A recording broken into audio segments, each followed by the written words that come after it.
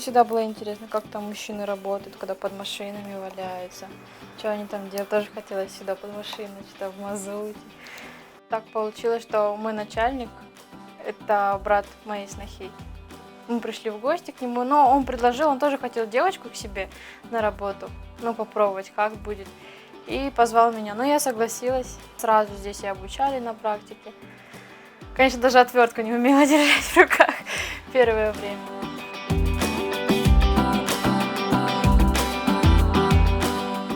Родные, ну, вначале они были в шоке, конечно. Думали, что я сначала поработаю, уйду, оттуда мне не понравится, а наоборот, мне больше и больше втягивалась в это. Но они привыкли. Папа сперва сказал, да это все обман, то есть, ну не верил, вот.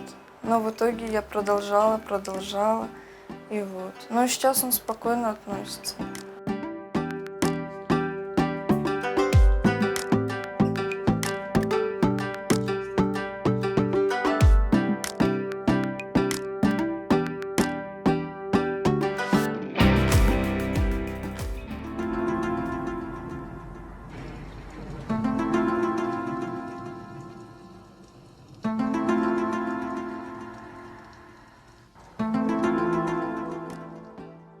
Все в шоке, то, что девушка работает, кто-то даже не доверяет.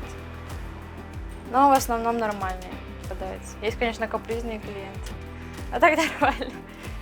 Друзья часто говорят, типа, классно, офигеть, ты же на парикмахера училась, вот с лицея часто пишут. Вот. Ну и друзья мужского пола говорят, типа, давай мы приедем, ты посмотришь, посмотри мою машину, что можно мне сюда поставить.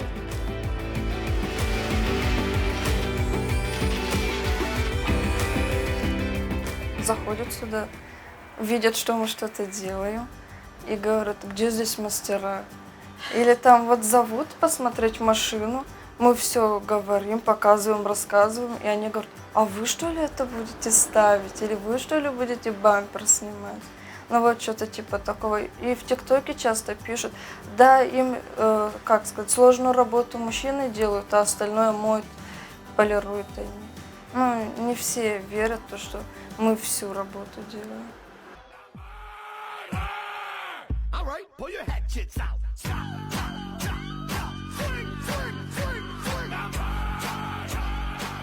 Иногда приезжают девочки, вот классно, блин, молодцы, тоже хотелось бы.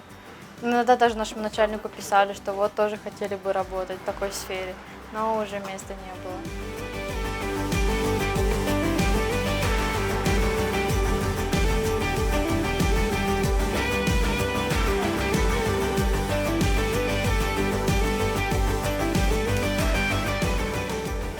Хочется больше, больше и больше.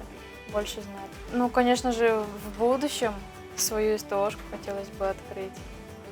Ну, что-нибудь свое. Такое тоже в сфере машин или фар. Можно сказать, я уже купила. Вот на этой работе я реально могу осуществить почти все, что хочу. Просто надо ждать. Вот. Почти машину уже купила.